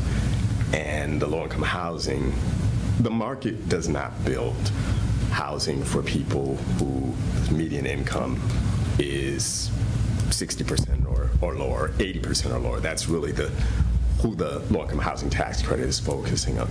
The Bowen plan for that group, well, for rental housing in general, the Bowen plan said that we need to be building 300 units of rental housing over 5 years. And it broke it down by income class and roughly kind of market rate, people making $75,000 or above. It said 20% of those units need to be for that income. And the rest, and really 85% was for people making between $34,000 or less to meet the need. That was 2018. And we haven't done that. We have done, and so, when you mention updating, this is not going to happen unless there's an intentional step to do it, and that's what we need to do. Thank you. All right. Thank you, Kevin. All right. Come on up and identify. Nope, you're not? I no longer live in the village, so I don't. Okay. All right, so we're going to go, you want to come up? Yeah. And we're wrapping up this item. We're going to move on to the next one. Jessica Thomas, villager. I just wanted to take a minute to bring a little humanity to this conversation. I looked on Facebook earlier today at some of the village discussion pages, and there are so many people looking for housing right now. People with kids who attend the schools, people who have lived here for a long time and their rents have gone up to where it's unaffordable. And one of my friends who has 3 children and is facing eviction and does not have a new spot lined up. Okay. I think we tend to pontificate on these things and talk about the what ifs, but these are real people that we're talking about, and it is incredibly dehumanizing for people to hear their neighbors, their kids' teachers and leaders in this village act as if they don't matter. These are actual people we're talking about. That's all I have to say. Thank you, Jessica. Thank you, Jessica. All right. Because we have a couple of other items, agenda items related to this issue, excuse me, unless there's some burning desire to keep drilling down on this, we're going to go ahead and ask Brian, if you would, go ahead and pick up the materials, the action item materials submitted by Housh for the LIHTC presentation. Yeah, well, just, Johnny, do you want to say anything first from your perspective? I had the memo in there. Let me back up to it. Council did ask us to look into this and work with Home Inc. and St. Mary's and the community. Meg and I have taken that on, and we have offered the information that we can get, the zoning, the infrastructure, worked with helping do the presentations and being part of it, met with different people, and per council's direction, that was our part in it. Yeah, I think for me, I think I was really detailed in the memo and tried to cover everything that's happened between, well, let's say from March 5th until, currently. I guess I also want to emphasize, I did provide updates after the March stakeholder meeting and after the April stakeholder meeting. Those were in our packet. I think one thing, and this kind of gets us to that next step piece, I do want to clarify some misinformation about, first of all, locating the project to the immediate, I guess it's southwest of Antioch University Midwest, is not off the table. It never has been. We understand that there are major challenges with changing the covenants, and not everyone likes that site because it had been originally thought about for commercial development. And I also noted in my memo that through this process we've discovered there's 40 acres across the street that is slated for commercial development. So I think that's important to keep in the mix. But related to the CBE not being off the table, I think it's important to clarify that we would never talk to Cresco or Antioch University Midwest about trying to get them to support the project happening at the school site. What we have done since the opportunity was brought up in September is focus on whether they're amenable because to change those covenants, it requires an agreement from the village and Cresco and AUM. And so one potential next step that I think we should consider, I have pushed for a resolution of commitment kind of related to this idea in particular, but we're at the point where I think we need to know yay or nay. So what I did express in the memo is it finally has gone up the chain at Cresco, and so we're supposed to hear back from them.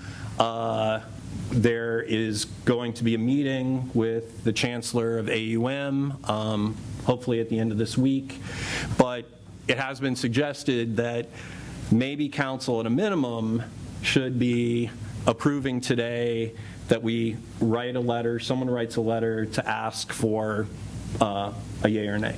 So I guess I want us to think about that in terms of if this is a priority, we need to know if there's a possible site or not.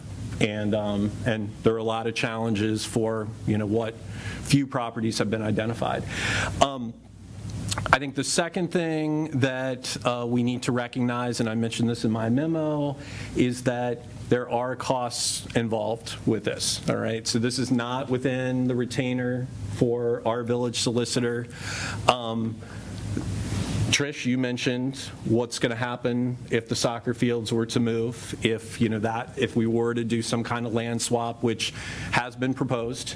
And I also want to second what Emily highlighted. I've really appreciated the school's involvement, the village's involvement. Terry and Dorothy were at those stakeholder meetings. Johnny, Meg. There's been a lot of good work that's happened. But I think we also need to think about today.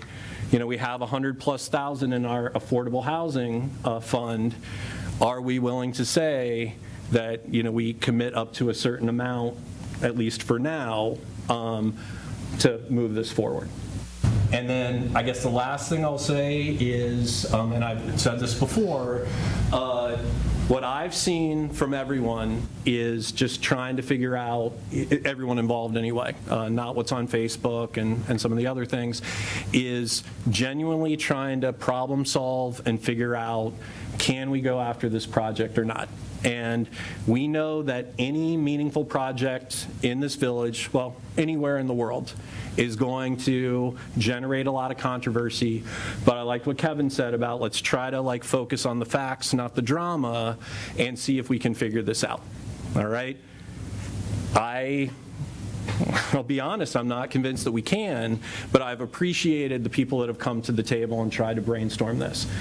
Maybe the last thing I'll say related to, I said it was going to be the last thing, but one more thing, because Carmen mentioned me having information that other council members didn't have. So I guess now that we're finally doing the update, which I've wanted to do, I mentioned it many times, I wanted documents to be in the packet and whatnot, but the one piece of information, which was the reason I was asked to the infamous executive session on April 29th, was that I had a conversation with one of the adjacent property owners who has been kind of open as the conversation has proceeded to selling some land for sports fields. All right, so that was one piece of information. I had that conversation because I knew that landowner. It had come up in a stakeholder meeting that we should pursue that. Emily did the initial outreach with the letter, but then was out of town, which is why she wasn't there on April 29th, which has been explained. But that was the specific thing around, that executive session was about purchase of land. I had information about that. Dorothy and I talked about it as well, and I was encouraged to help continue those conversations, which they have. And I mentioned in my memo, the other adjacent landowner, I wasn't in those meetings, but when those conversations happened, that ultimately was not going to work out. So I think that's the only piece of information that I did articulate in the memo that I had. And if council has any questions for me. I guess I'll say with the YSDC thing, I think at this point, it's too late to, I mean, unless somebody has a specific idea for that organization to get more actively involved. I think it really is about these public discussions, which are coming in a logical progression after brainstorming and due diligence and talking to private owners to see if we can figure something out. Really quickly, how can we both not ask and write a letter to AUM and Cresco for a yes and no? I didn't get that, where you're going with that. Say that again. How can we simultaneously not be asking, not ask, and then write a letter to AUM and Cresco to ask for a yes or a no? I feel like that's, Maybe I don't know what I said that would make that. No, I think the ask is already in, and then the question is, do we do something more formal to make sure that we're following up with an answer? I mean, we've been trying to do that since last fall. So you just disclose, so, and then the second thing is, like, was that a disclosure about what happened in an executive session? What do you mean? The piece of information that you had, was that a disclosure? I mean, I don't know. The confidentiality part is what you're talking about. Well, I mean, as a side note, one or more people came out of that executive session talking about it, as we know from what's on Facebook. But this was knowledge that I had, and again, when I was asked to provide that information, I mean, it's not confidential. Okay. So.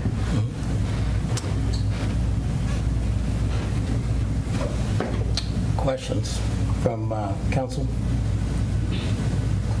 Comments? So I will say this in terms of what council dispatched staff to do whenever our retreat was back in the fall. Can't remember the date. But the first consideration was research regarding the covenants on the Center for Business and Education. We've gotten that information. I think everyone's fairly clear, or the information is certainly available. We're fairly clear about how strict those covenants are. Excuse me. We have not separately then, other than these outreaches that have occurred, asked staff to approach AUM to say, give me a hard yay or nay. But the questions out there, Antioch University and Cresco, understand the situation and know that we are asking, for whether they have an appetite for breaking those covenants. And as Brian alluded to, it's sort of a weird thing that happened. The way the covenants are written, 75% of owners need to be in agreement, if you will. I suspect that maybe the supposition was that there'll be one entity that owns 75% of the land. It just so happens that it takes all three, what is owned by Cresco, what is owned by AUM, what is owned by the village. It takes all three to get to 75%. So if one entity says no, it's a no. But it takes all three to even consider making those changes.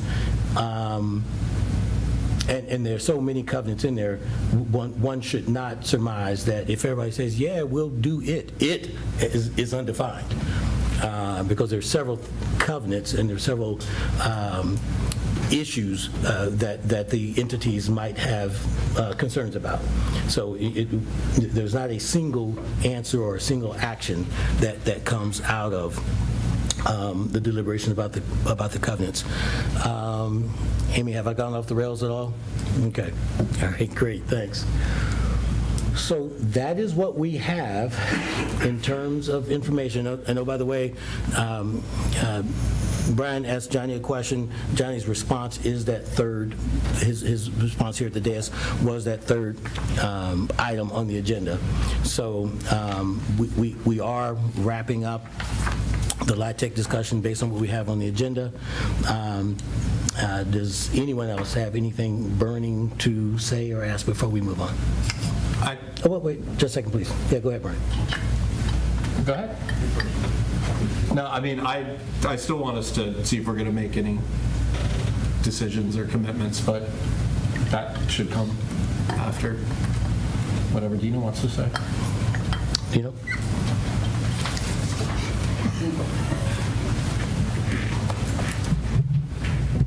Dino, Pallotta residents.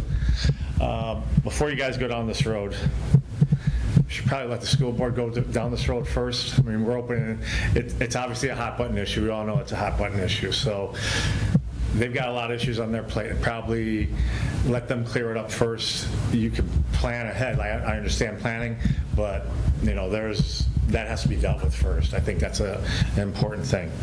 I'm glad to see that most of the board from Home Inc. is here, as opposed to the April 29th meeting. You kind of put Brian and St. Mary's in the hot seat. I mean, you were there to speak on their behalf, and the meeting wasn't the issue. I think the executive session was the issue that you all spoke about. It'd be good if you're there going forward, because it obviously, again, the school is where this is really all starting from, initiates from. So we'd like to see that happen going forward. Just because the land scores well doesn't mean that we're entitled to it. Buying the land at a lower rate, we're going to have fees that are going to get waived, tap-in fees. We know all the ramifications that all goes with the application. That's just par for the course. We've all been down the road and we all understand it.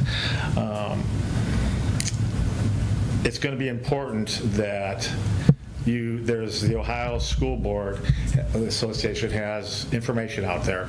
You should all read it about how to dispose of land, or how the districts dispose of land. Obviously, the school board's going to have to go down that road, but again, it's cumbersome. That's going to take time. So again, you should be familiar with it too, because I think it comes to you guys eventually. This has all got to come to you guys. In the end, it's got to come to you guys. So just things to consider going forward. But we all know it's a hot button issue. So walk softly. Thank you. Thank you, Dino. And thank you, everyone, for your participation. Brian, I'm not going to ask council to weigh in. Okay, coming up. If you're still taking time. Yeah, absolutely. Hello, Chris Bongiorno. I'm the board president for Yellow Springs Home Inc. And I just want to communicate that, again, yes, 5 of the 13 community board members are here tonight. We as a board are paying very close attention to this and really want to convey that we are members of the community and will be listening and want to respond with compassion. We understand the priority and really the need for this work, which is why we came to the table in the first place when we recognized what the scoring opportunity was. We are engaged. We want to listen. The point that was made earlier by Council President about talking to us, not about us, we would like to, if you know somebody who's on the Home Inc. board, reach out, engage with us. We would like to hear from you and do our best to share what information we have. And I thank you, everyone, for your attention tonight. Thank you, Chris. And Brian, to continue, there's some moving parts. Yes, there's a special school board meeting tomorrow. I'd like for us to receive the information that's either out there and coming to us from Cresco, AUM, and potentially from the school board. And let's deal with that, and then we'll take action as necessary. Okay. I mean, I think, I guess I'll, again, just lodge, I think there are 2 things that don't involve the schools that we could commit to, and one of those is following up formally with a letter that says, this council would like to see this happen. Are you able to join us? And I think we could also commit up to a certain amount for the work that we have to do on this project from that affordable housing fund. And so I guess I would just caution us on continuing to just push this forward and never getting to a decision. Yeah, whether it's the Affordable Housing Fund or other funds, again, if and when a formal request or formal tasking is identified, I think we can address that. It's my understanding that there might be a request generated in the next couple of days. So, yes, so when there is something there, certainly we can address that, and I think I'd like to, instead of pie in the sky eating it, just have a real number. Johnny, do you want to talk about any current ongoing communications that you're having with the other covenant partners? I have one that is pending an email back. It has been given to the CEO, and we're waiting on a response. Okay.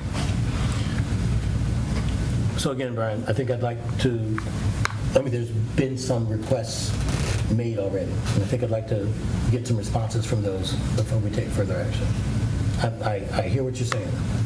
Okay? All right.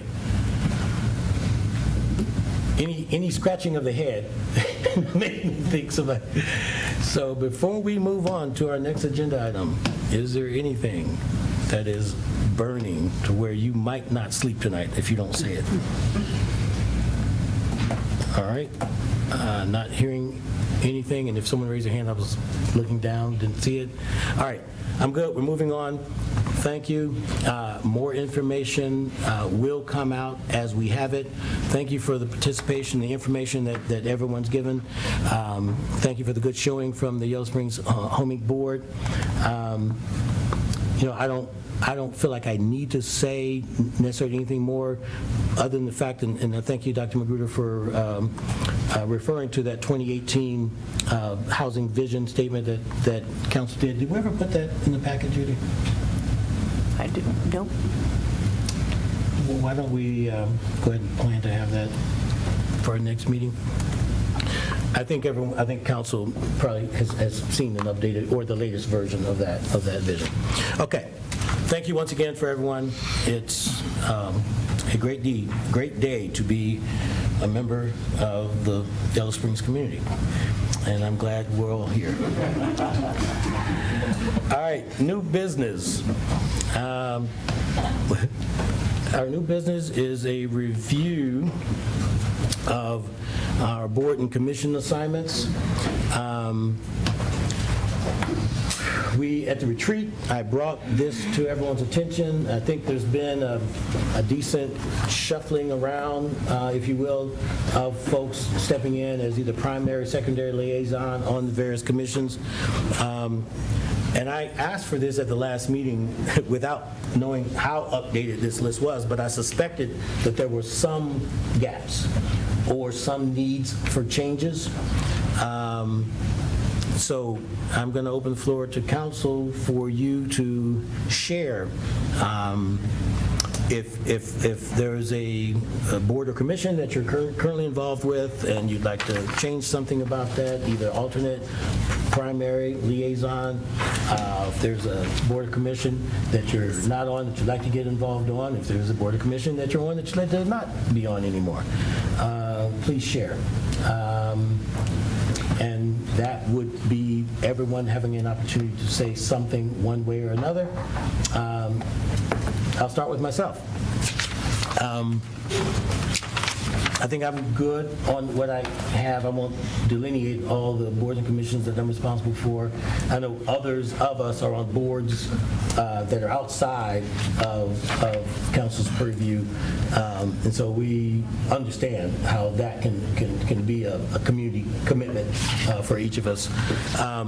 So at our retreat, I proposed some changes in terms of my stepping down in various locations, and other folks have stepped up, and I appreciate that. So I am good with the things that I have. I don't feel the need to make any changes. And there's no rhyme or reason in terms of equity, the number of, there's no written equity rules in terms of the number of boards, commissions that anybody sits on. And I'm not giving myself an out. Typically, however, Council President doesn't have as many commitments as as his colleagues, his or her colleagues. I think at this point, I think I have about as many as anyone else does. So I'm good with what I have, and if I had hair, I might be pulling it out, trying to keep up with everything, but I'm good with where I am. So we'll just go down the table in order. Again, any proposed changes, any anticipated changes based on life circumstances, or where you might need to make some changes with something, please share. So, Gavin, so we'll go in order down the table. Go ahead, Gavin. Okay. I don't think there's any.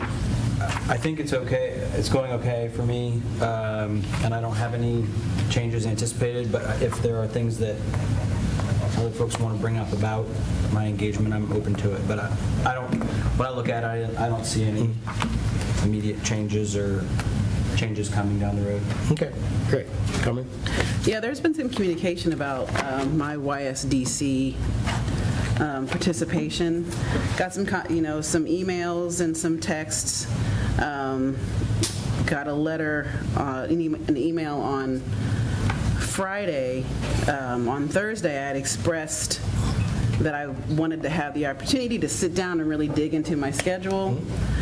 Got a letter on Friday, and an email on Friday that went out to council members and YSDC members. Or maybe it was Thursday, but I had not gotten the chance to sit down and really dig into my schedule, so I wasn't afforded that latitude. And I thought that I was going to be able to do that. But I'm sorry, really Carmen. quickly. No, I'm sorry. The letter that I received, the email that I received was just to me and you. Okay. Well, that's, maybe double check. Saying all that to say, I am going to go ahead and come off of YSDC. Okay. So that creates an opening where I am not going to ask for anyone to step into that position right now. What I want us to consider as a group is to remember the fact that we can appoint a non-council member to be our second representative at YSDC. Dino, can you smile any harder? And that is what the township's done, by the way. Yeah. So Corey Van Osdale is there second after Maryland. Yeah, and the other important piece of this is that, and I didn't realize this, we cannot have alternates. The way the articles for the YSDC are written, the only voting members are the ones appointed. Yep, and because of there's a percentage, 40% of the board needs to be elected officials, and when we have two people there, it takes both of them being there to fulfill our portion of quorum. When are the meetings? They are the first Tuesday from 4:30 to 6 p.m. And I would say that we need to appoint that person by our next meeting, before the next DC meeting.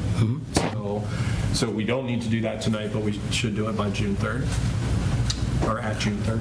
Yeah. Well, then it feels like we should talk about it for a second then, because you're saying we need to do it because of the quorum issue.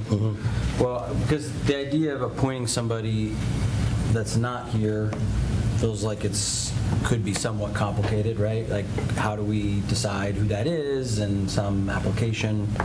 So Trish, I don't want to put you on the spot, I guess, but you just asked when the meetings are. Does that mean you might be interested? Yeah. I think she put herself on the spot and you seconded it. Well, I'm just looking because the library, that would conflict with. No. Isn't that the first Tuesday? No. Three Well, times a, Conflict is not the right word. It's If just- it would be one meeting after the other. well, but it would, yeah, I'd potentially be late, so, Man. yeah. I mean, one meeting ends at 6:30, the other one starts at 7, and Right. they're that far away from each other. Okay.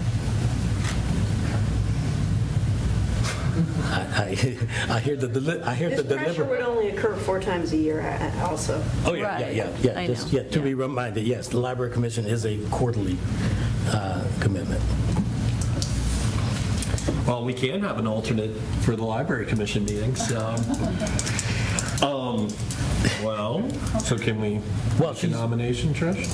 Yeah, I'll do it. I don't mind that. I'm just wondering if, Kevin, we should switch back to Oh, it's done. me being the alternate. I'm primary. I got Okay, you. okay. Cool. For what? Library Commission. Right, I just don't want, I don't want to leave them. Yep. There's an issue. So, I will move that Trish Gustafson be appointed as our second elected official as a member to the Yellow Springs Development Corporation Board. And I'll second that. Okay. All those in favor of that appointment, please indicate by saying aye. Aye. Any opposed? All right, thank you. Hoorah. Done deal. All right, thank you for that, Trish. Thank you, Carmen, for your candor, and appreciate your service. Thank you very much. Any other changes? I didn't anticipate the library thing, but I'll take it. Yeah, so one thing that on this list, I'm the alternate for the Active Transportation Committee. And so we have, what's open is that liaison. And so, I'm realizing my plate is overly full with the council work that I've taken on. It's a really great committee. I try to go whenever I can, and the group has indicated that while the meetings are currently in the mornings, that they can move those to another time, late afternoon, evening. So.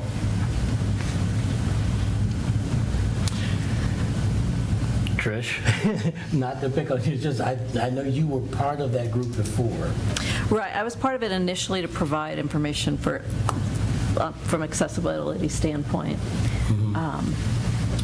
Which is a big gap. That's sort of why I know folks have talked to you about it, because we haven't really been able to identify that person since Barbara Mann left. Right, and that's something we're going to continue to have council members on. I suspect we want to. Now, Judy, you might differ in terms of whether it's a formal council, board, or commission, but I would suspect, and Brian, it's sort of like, what came first, the chicken or the egg? You've been involved because you're actively involved with active transportation, but I understand, and so that's a large part of why council has been involved. And Mary Ann was the one that got it started. Gotcha. Okay, great. Thanks. Or restarted. Great. Thanks for that. So Mary Ann's no longer with us. She's fine. She's That's a good choice of words.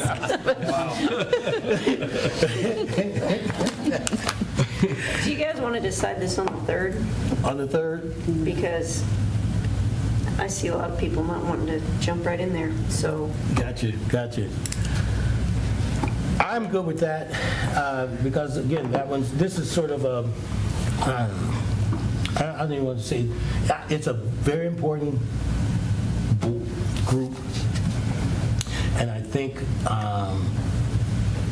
involvement is important. Brian, if you could, thank you for that, Judy. Brian, if you could, to the degree that there are bylaws and whatnot that would speak to this, can you come back next meeting and tell us whether we are allowed to appoint a non-council member to that position? And again, since it's not a formal board, it might not be that tight, but are we good? Okay. Yeah, and there isn't any restriction like that, so, yeah. So we could, so, okay, all right. Well, let's all think about that. Yeah. All right. Well, let's all think about that. Brian, if you could, thank you for that, Judy. Brian, if you could, to the degree that there are bylaws and whatnot that would speak to this, can you come back next meeting and tell us whether we are allowed to appoint a non-council member to that position? And again, since it's not a formal board, it might not be that tight, but are we good? Okay. All right. Well, let's all think about that. Anyone else as we go down the table? And we don't have to make a whole bunch of wholesale changes all tonight. Again, it was, I think, just a matter of addressing some items that maybe had surfaced and filling what we can all acknowledge were maybe some holes where there wasn't, a primary and secondary on some of these groups. And Gavin, you alluded earlier to the amount of energy that's in the room. By the time we get to this type of the evening, I will submit that I'm certainly starting to wear out. It's always somebody's job to be the old person at the table that gets tired before everyone else, and I will take on that mantle. Okay, so, all right, let us move on then. Okay, board and commission reports. Do we have anything outstanding? This is our second meeting regarding boards and commissions that that needs to be highlighted tonight. Okay. Not tonight, but I will say there are some things coming from the Environmental Commission, particularly related to our source water protection plan, which I did note. And also, I want to congratulate Carmen on getting that pesticide license. What? Is that? I don't have it yet. Right, but you're pursuing. I'm pursuing. Which I think is a really cool thing to have somebody on the team do that. All right. You go, girl. I love it. All righty. Hold on, I'm just looking. There's a PACC update in the packet. But Sound like a great event. it's cool. I'm okay. I was just trying to find, the Environmental Commission. I wanted to just see who was on there. So thank you. Okay, good. Alrighty, I think we are winding down. I got one thing. Yep. Before we close. You might have seen in your emails today. If not, I would tell you to go look at them. We had one of the members of our staff had an extensive house fire yesterday morning at 10:45. Everybody's okay. The animals are out. The kids are out. Wife's out. They're living in an extended stay right now until they figure out what they're going to do. So there is a chance of donating if you guys want to. Right now they have a lot of out-of-pocket cash expenses. So staff has put something together, and I just wanted to mention it to you. If you look at your emails, and if anybody else feels you can get a hold of Erica and stuff like that. Okay, so Erica is the person we would contact Erica's the lead, yes. if we'd like to donate. And there is a Venmo set up as well by Brad Alt, which is one of his best friends as well. So Brad's taking the Venmo stuff and making sure it gets there. Good. And I appreciate you guys sharing that. Obviously, our thoughts are with the families. So. Absolutely. Okay. Great. Well, thank you. Thank you for that, Johnny. Anything else before we get to future agenda items? Judy? So first of all, the change to 6 o'clock time won't take effect for 30 days, right? Well, I mean, the reason I'm asking is the next meeting, we've got, what I'm seeing is a 5:30. correct. executive So, session. I would keep that locked in. You could make the change for your second meeting in June as just by making the announcement. I mean, if you wait your 30 days, you're halfway through the summer. That's silly. But it gives plenty of time to get the word out, get it in the newspaper, get all the stuff changed. But the next meeting, yes, you have a very early exec session. So since we have the executive session at 5:30 for our next meeting, I would like to suggest that we, just for the next meeting, keep the 7 o'clock start time, because it would be, given the subject matter, it would be difficult to try to get anything done in 30 minutes. Okay? So next meeting will begin officially at 7 p.m., but there will be an executive session at 5:30. And then the second meeting in next month will be the time where we go to 6 p.m. start. Okay? And just that tax budget has to move down to June 17th. Okay. Don't have anything from Home Inc., so we don't know if we're hearing that resolution or not. Everything else is the same. Light Up Nation, Light Up Navajo Nation. June 3rd. That's June 3rd, but That's on. It's on there? Yep, yep. Okay. I looked and okay, I'll take your word for it. So then we just talked about the commissions, right? Adding that back on, adding that on. Thanks. Well, you just need, are you going to have the whole discussion again, or did you just need a decision about? Decision about Active transportation, right? Oh, Isn't that what you think? Did we just punt that? Okay. Yeah, we can have a short discussion. We can have a short discussion. So yeah, let's put that on. Okay. Okay. All right. I'm sorry about that expression. It was really something. I think it's time for us to go home. Motion to adjourn. I second. All in favor, please indicate by saying aye. Aye. Thank you for your time, everyone. Thanks, everyone. Have a great evening.